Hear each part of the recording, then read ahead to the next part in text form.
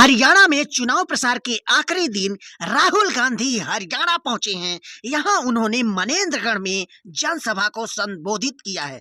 जनसभा में राहुल ने कहा है कि हरियाणा में बेरोजगारी है, इसके जिम्मेदार नरेंद्र मोदी हैं। उन्होंने कहा है कि अग्निवीर योजना का उद्देश्य युवाओं को मजदूर बनाना है, उसका पूरा पैसा अडानी डिफेंस को जा रहा है।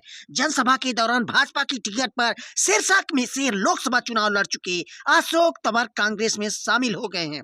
इससे पहले राहुल ने नोह में भी जनसभा को संबोधित किया है। यहां उन्होंने कहा है कि अब मोदी 56 इंच की छाती की बात नहीं करते, उनका चेहरा एकदम बदल गया है। इसके साथ ही राहुल ने कांग्रेस के उम्मीदवारों के पक्ष में वोट डालने की भी अपील की है। राहुल ने कहा है कि भाजपा को वोट मत देना, राज्य की दूसरी छोटी पार्टियों को भी वोट मत देना, क्योंकि वो भाजपा की ही ए और बी और सी पार्टियां हैं, उनमें और भाजपा में कोई अंतर नहीं है। उन्होंने कहा है कि भाजपा ने देश में नफरत फैला रखी है। बीजेपी और आरएसएस मिलकर देश में संविधान को खत्म करने की कोशिश कर रहे हैं, लेकिन कांग्रेस ऐसा नहीं होने देगी।